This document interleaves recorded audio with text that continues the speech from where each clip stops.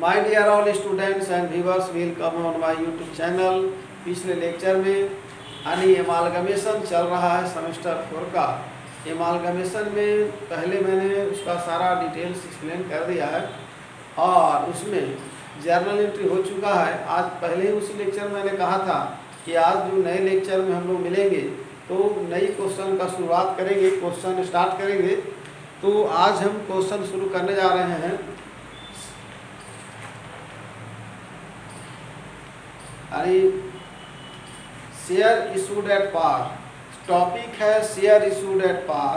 मैंने बताया था कि शेयर इशू करने के 3 मेथड हैं, at a par, at a discount, at a premium. तो एट ए पार का क्वेश्चन है, पहला है share fully subscribe Shri Ganesh company limited issued at par 60,000 equity share of ₹10 is payable to on application, 3 on allotment, 3 on first call and balance on final call. All the shares were fully subscribed and all the amount duly received. Give necessary journal entry and prepare balance sheet.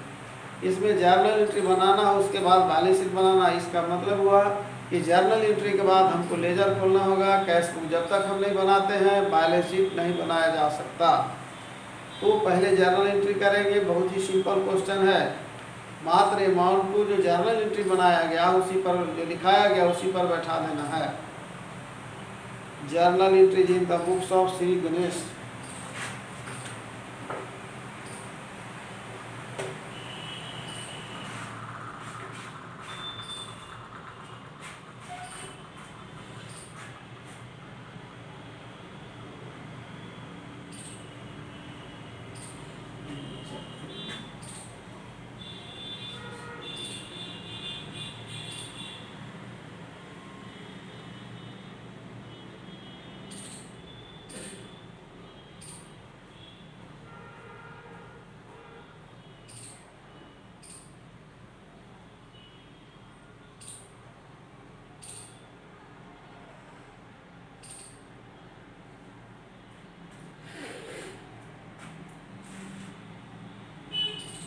Question number 1 है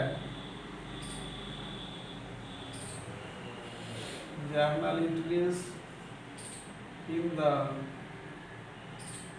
books of Ganesh company limited है।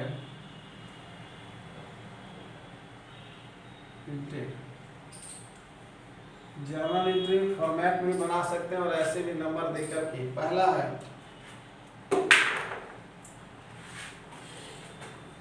60,000 equity share 10 is payable to on application। पहले entry होगा bank account DR to equity shares application account 60,000 गुने 2 1,20,000। 60,000 गुने 2 1,20,000। Narration पहली बार है इसलिए लिख दे रहे हैं बीइंग, डायरेक्टली लिख रहे हैं being 60,000 equity shares at the rate of ₹2 each. केवल इतना लिख सकते हैं being application money received, money received. अब इसका ट्रांसफर होगा, देख लेंगे। 3 है अलॉटमेंट में, 3 है फर्स्ट कॉल, बैलेंस याद रखेंगे। यहाँ पर इक्विटी शेयर एप्लीकेशन क्रेडिट है, इसको हम डायरेक्ट डेबिट करेंगे, राइट ऑफ हो जाएगा। Equity shares application account DR यानी 1,20,000 टू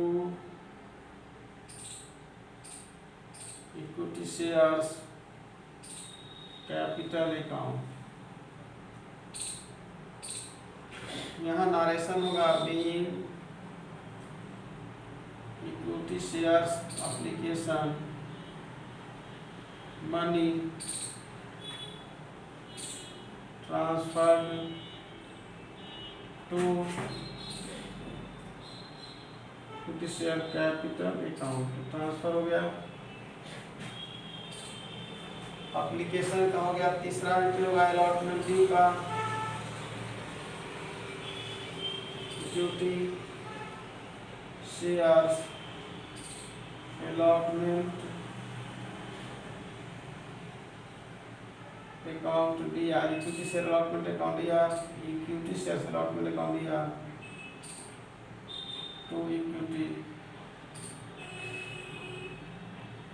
शेयर्स कैपिटल अकाउंट 3 का है, being equity shares allotment money due. 3 का रेट है तो हम लोग 60,000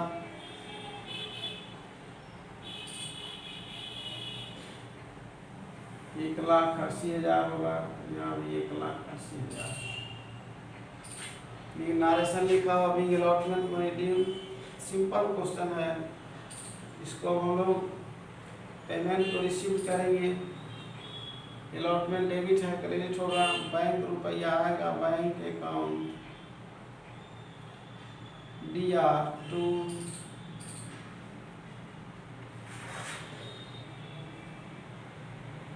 equity shares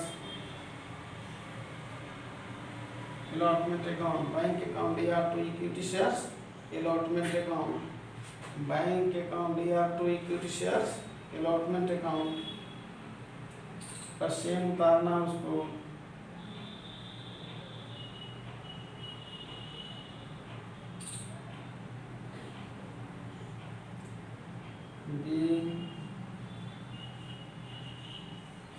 equity shares allotment money receive हो गया, पहले ड्यू का हो गया फिर रिसीव का हो गया।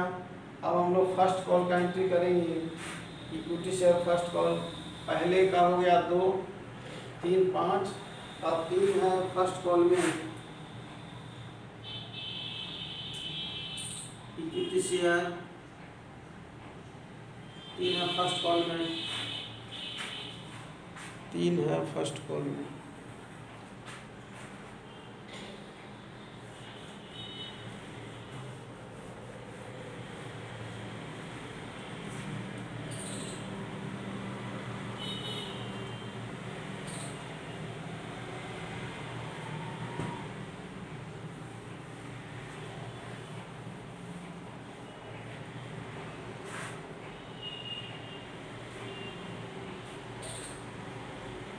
Equity shares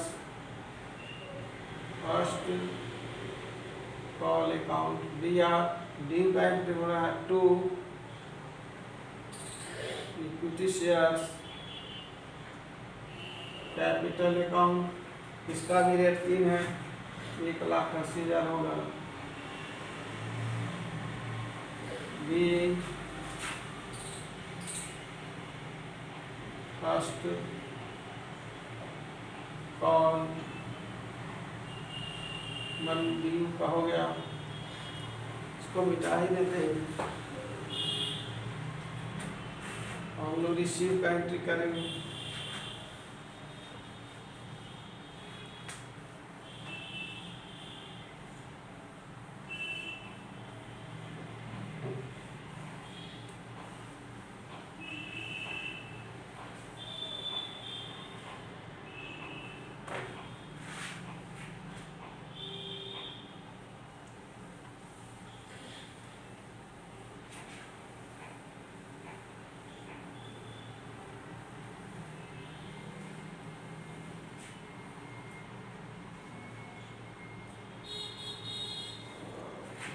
equity share first call money due लिखा हुआ है, रिसीव करेंगे हम लोग, bank account to equity shares first call account, same amount होगा 1,80,000, 80,000 B first call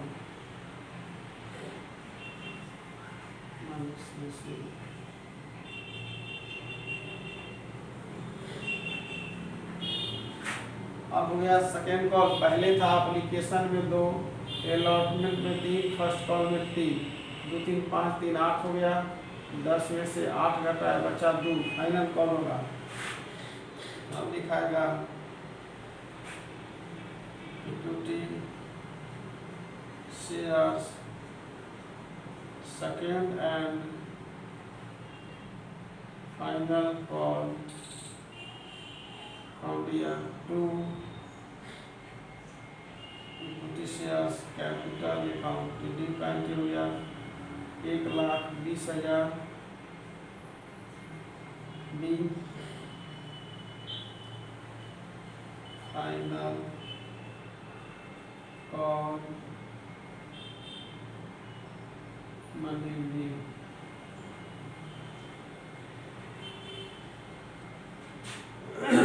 final call money D आप रिसीव करेंगे बैंक अकाउंट दिया 2 इक्विटी शेयर्स बैंक अकाउंट दिया equity shares second and final वही सेम अमाउंट होगा 1,20,000, यहाँ भी होगा 1,20,000। पैसा रिसीव कर लिया, फाइनल कॉल मनी रिसीव हो गया।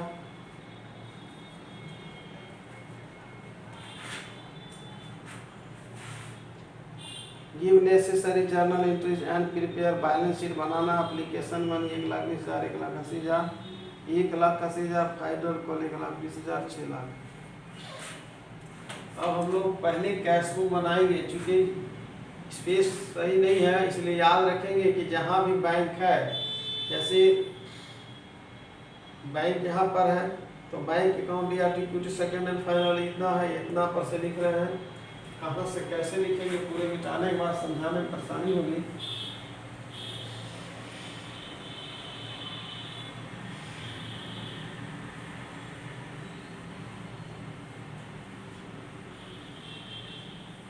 याद रखेंगे कि जहां भी बैंक है उसको हम लोग लेंगे कैश बुक।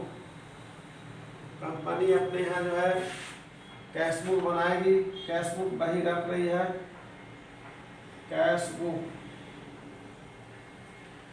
फॉर्मेट मैंने लिखा था लेकिन बताया था कि फॉर्मेट लिख भी सकते हैं, हम डायरेक्ट बना रहे हैं, कोई फॉर्मेट का लिख नहीं रहे हैं वैसा 10 कॉलम।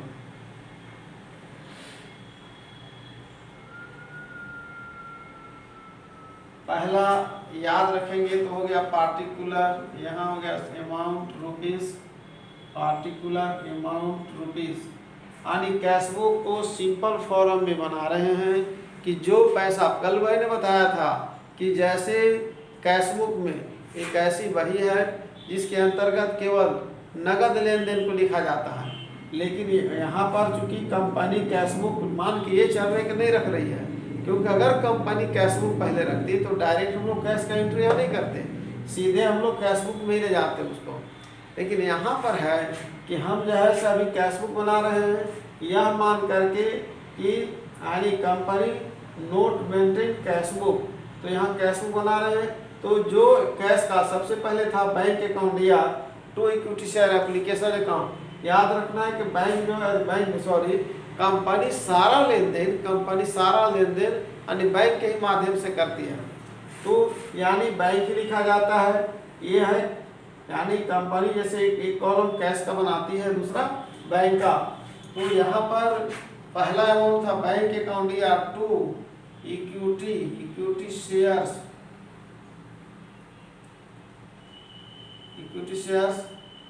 एप्लीकेशन अकाउंट 1,80,000 रुपया था। शुरू में 1,80,000 था एप्लीकेशन, फिर हो गया टू इक्विटी शेयर्स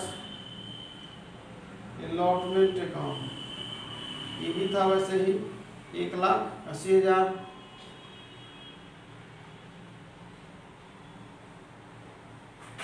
देख लेते हैं किताब।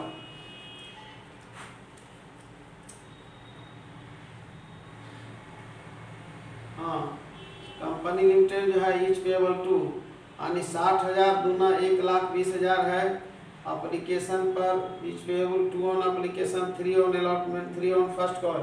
तो यहाँ पर याद रखना है, चूंकि जर्नल एंट्री मिटा दिए जाने के कारण जो है परेशानी हुई। ये लिखा हुआ सही था, यानी 2 है, ये है अलॉटमेंट, ये फर्स्ट कॉल है। तो यहाँ पर हो गया 1,20,000, यहाँ हो गया 1,20,000।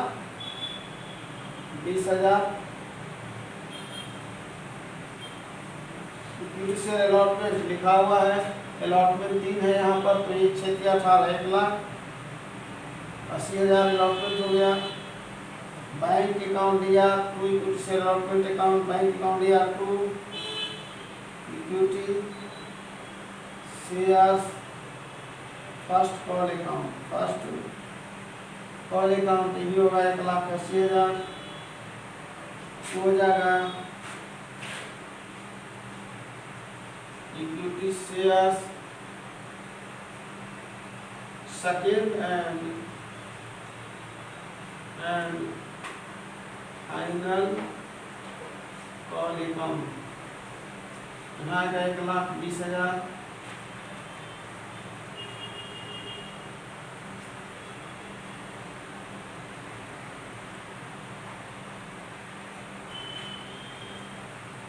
दो 8 10 8 18 23 का सुना आपको, 2 1 3 1 4 1 5 1 6 लाख आए हैं। यहाँ पर लिखा है 6 लाख, यहाँ पर कुछ भी नहीं है, इसलिए बाई बैलेंस सीडी मिलाएंगे इसको हम लोग 6 लाख, और यही जाएगा बैलेंस शीट में। अब हम लोग बैलेंस शीट बनाएंगे।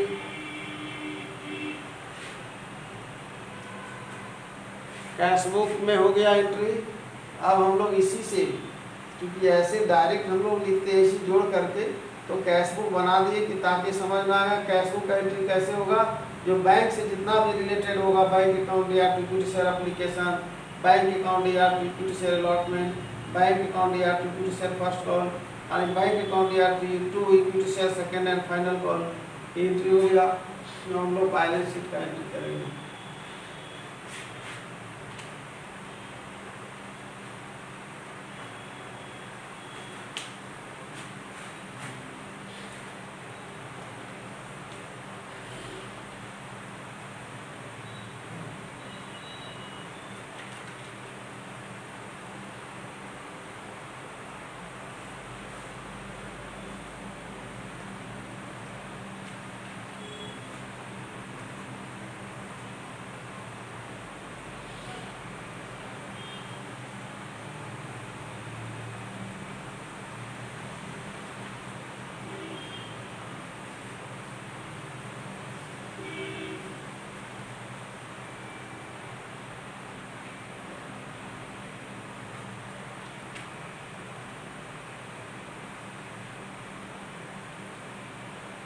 बैलेंस शीट का सिंपल फॉर्मेट लिख चुके हैं हम।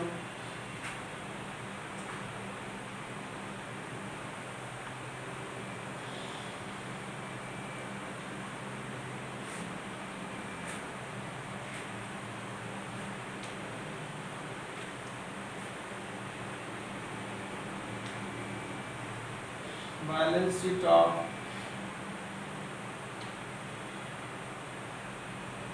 इंग्लिश कंपनी लिमिटेड, डेट दिया हुआ है नहीं है, जो डेट हो गया।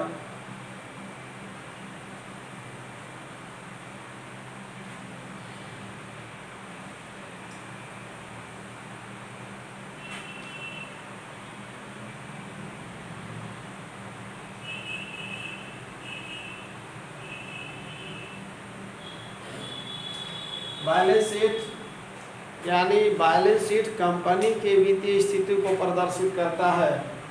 1 नंबर में पूछा जाए कि बैलेंस शीट क्या है, यानी आर्थिक चित्र, तो कंपनी का वित्तीय स्थिति को प्रकट करता है। कंपनी की वित्तीय स्थिति के बारे में बतलाता है कि वर्तमान में कंपनी के या वर्ष के अंत में कंपनी के पास पोजीशन क्या है, कुल कितने का संपत्ति है, कुल कितने का दायित्व है और कितने उसके देनदार और लेनदार हैं। मतलब बैलेंस शीट जो है कंपनी के पोजीशन के बारे में बतलाता है। अब यहाँ पर हम लोग अलग अलग हेडिंग लिखे थे, तो सबसे पहले चलेंगे हम लोग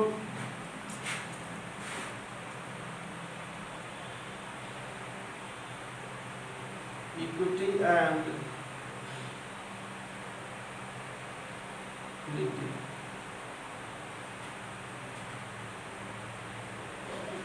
यहाँ ऑन कर दे रहे हैं एसेट्स।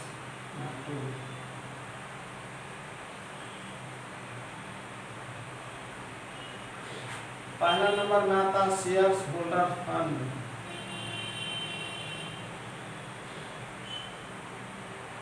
इसमें आएगा share capital, preference share capital. तो पहले हम लिख रहे हैं इक्विटी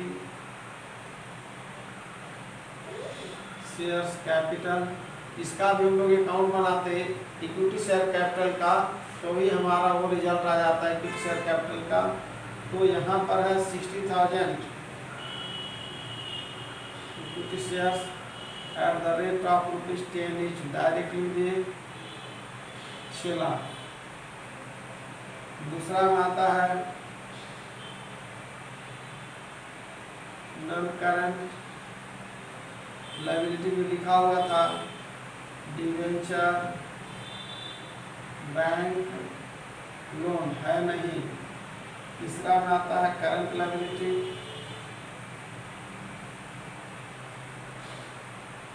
क्रेडिटर,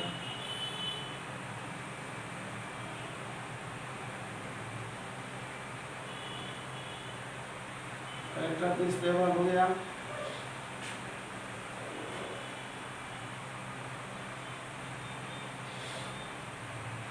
एक नंबर में आता है non current assets, non current assets. दूसरा नंबर में आता है करंट एसेट्स।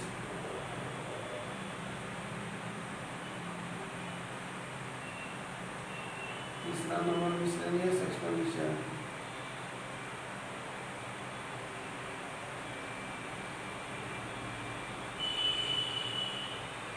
करंट एसेट्स में हो गया कैश एट बैंक 6 लाख। यहाँ मिलाएंगे 6 लाख होगा, दोनों बराबर होगा। यानी बैलेंस शीट का कैपिटल एंड लायबिलिटी और एसेट्स एंड प्रॉपर्टी दोनों यानी बराबर होता है। पहले जो बैलेंस शीट बनता था एक स्टेटमेंट फॉर्म बन रहा है, अकाउंटिंग फॉर्म बनता था, तो दोनों तरफ का लेफ्ट एंड राइट का बैलेंस शीट बराबर होता था। यानी ये बैलेंसिंग जो है एक तराजू पर आधारित है। बैलेंस शीट को मतलब कल्पना करके एक मैचिंग के लिए बनाया गया, लेकिन अभी जो टाइम में इसको जो स्टेटमेंट फॉर्म से बदल अकाउंटिंग फॉर्म से बदलकर स्टेटमेंट फॉर्म लाया गया है। जो भी हो, तो यहाँ पर यानी लायबिलिटी और कैपिटल मिलकर के 6 लाख हुआ, यानी ए और एसेट्स यानी इसका दूसरा पार्ट 6 लाख हुआ। इसमें केवल करंट एसेट्स है। यहाँ पर non current assets land and building, plant and machinery, furniture है नहीं। करंट एसेट्स में केवल कैश और बैंक वर्तमान में इतना रुपया इसके पास था, यानी ये कंप्लीट हुआ।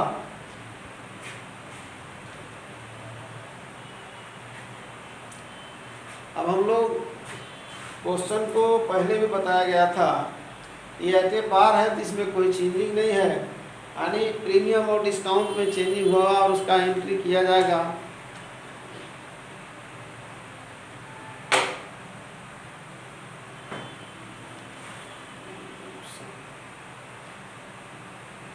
दूसरा क्वेश्चन है बैलेंस शीट इसका बन गया, कैश फ्लो बना दिए। ये company invited application for A company invited application for 1,006% preference share of 100 each है, मतलब 100 उसका दाम है, वैल्यू रखा गया है। Payable as follow on application पर 20% मतलब 100 में 20 हो गया। 30 ऑन अलॉटमेंट मैंने 30 50 हो गया। फर्स्ट एंड फाइनल कॉल 50 हो गया 100। सेम एंट्री उतार देंगे, कुछ नहीं करना है। पहला एंट्री होगा bank account DR2 6% preference share application account, फिर इसको ट्रांसफ़र करेंगे। दूसरा होगा यानी प्रेफरेंस शेयर से allotment account DR2 preference share capital account, यानी इसमें जो भी रेट दिया हुआ है अलॉटमेंट में 30 है तो 30 को 100 से करें, सॉरी 1000 से गुना करेंगे तो 30,000 हो जाएगा।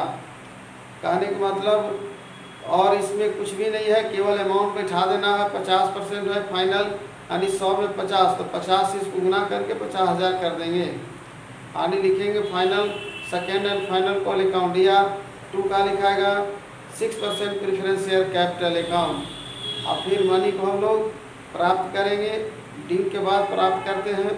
इसमें भी वही चीज़ बोला है बैलेंस शीट बनाने के लिए।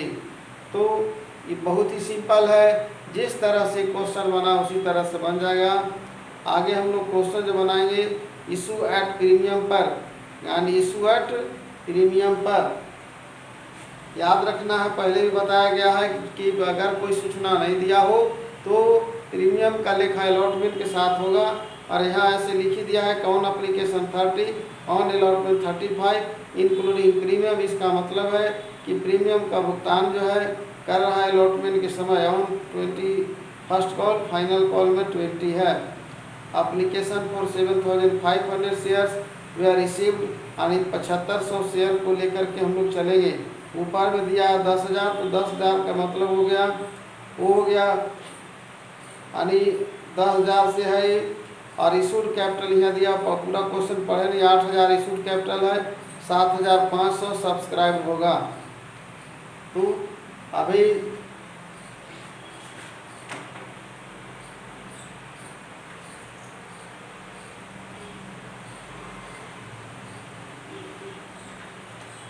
केवल इसका सिक्योरिटी प्रीमियम का हम ट्रीटमेंट बता देते हैं।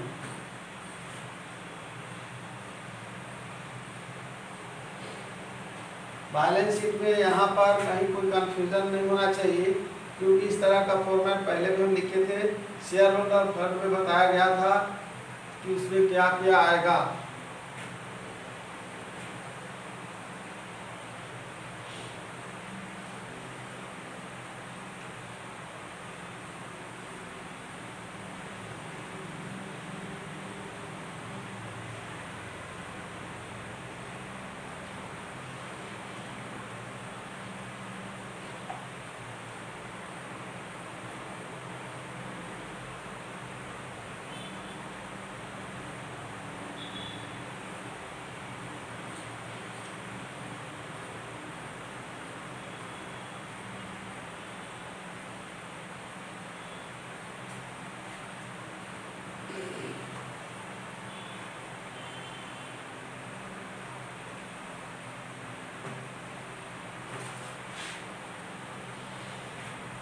बैलेंस शीट बता दिया गया, उसमें फॉर्मेट भी बता चुके हैं।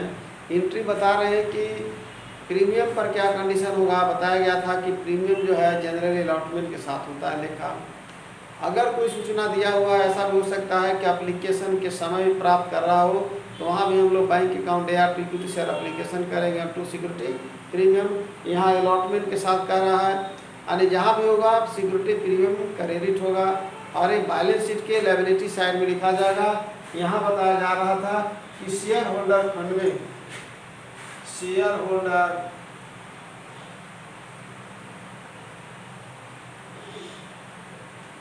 फंड में क्या क्या लिखा जाएगा। एक नंबर में हो गया इक्विटी शेयर्स,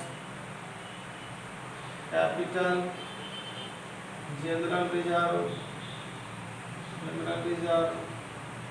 रिजर्व, प्रॉफिट है,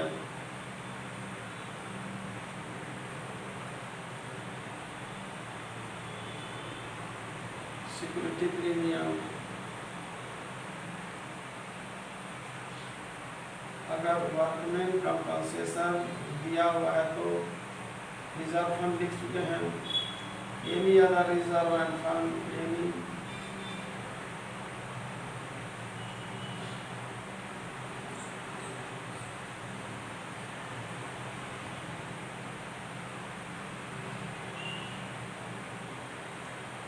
उसी तरह से इसमें नॉन करंट लायबिलिटी बताया गया था। Non current liability,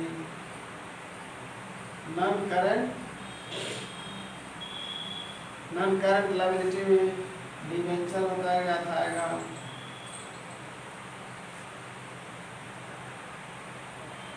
bank loan,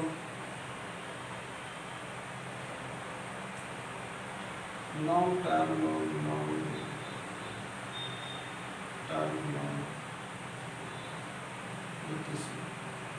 तीसरा बताया गया था current liability,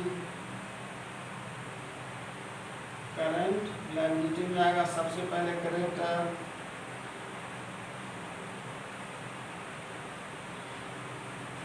bills payable, creditors, current liability, creditor, bills payable, bank overdraft, bank overdraft, provision for, आने आ जाएगा propose dividend,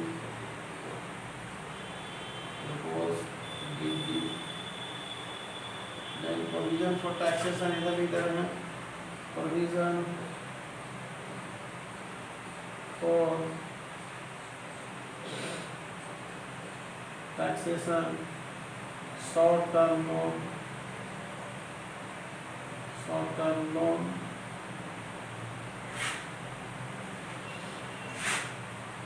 outstanding expenses, calls in advance,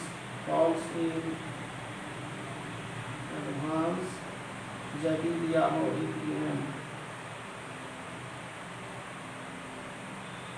in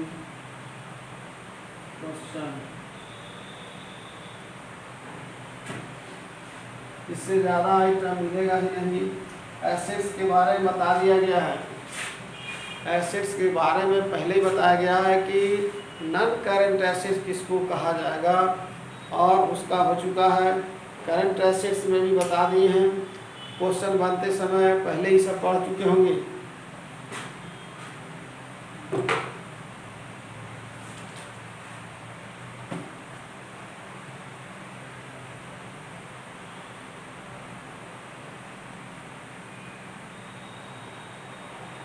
discount on issue of shares का है question number 5 में।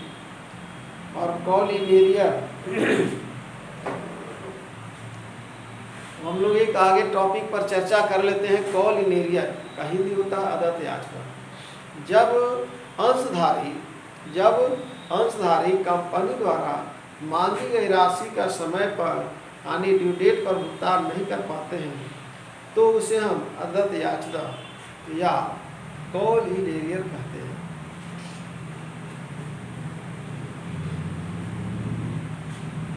Calls in arrear, calls in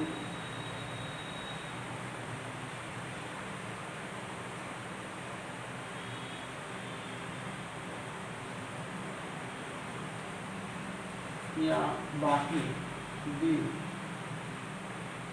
पहले मैंने बताया कि जब अंशधारी जो कंपनी का शेयर खरीदे हैं कंपनी द्वारा मांगी गई राशि का ससमय पर भुगतान नहीं कर पाते हैं तो ऐसी राशि को हम लोग बकाया राशि या कॉल इन एरियर कहते हैं। यह कंपनी के लिए संपत्ति है। पहले इसे हम लोग बैलेंस शीट में एसेट्स में दिखा सकते हैं या दूसरा ट्रीटमेंट होगा इसे बैलेंस शीट में कैपिटल में से भी घटाकर दिखा सकते हैं और जर्नल एंट्री करते समय यह डेबिट होगा। कॉल इन एरियर हो गया। अब क्वेश्चन आगे मिलने के बाद चूंकि सब पहले बताने के बाद में फिर नया टॉपिक आएगा तो उस समय क्लियर करने से ज़्यादा बेहतर होगा। आज मैं अपने लेक्चर को यहीं पर इन करते हुए अपने व्यूअर्स, अपने स्टूडेंट्स सभी को धन्यवाद देते हुए यह कहना चाहूँगा कि अगर आपको क्वेश्चन को समझना है और इसमें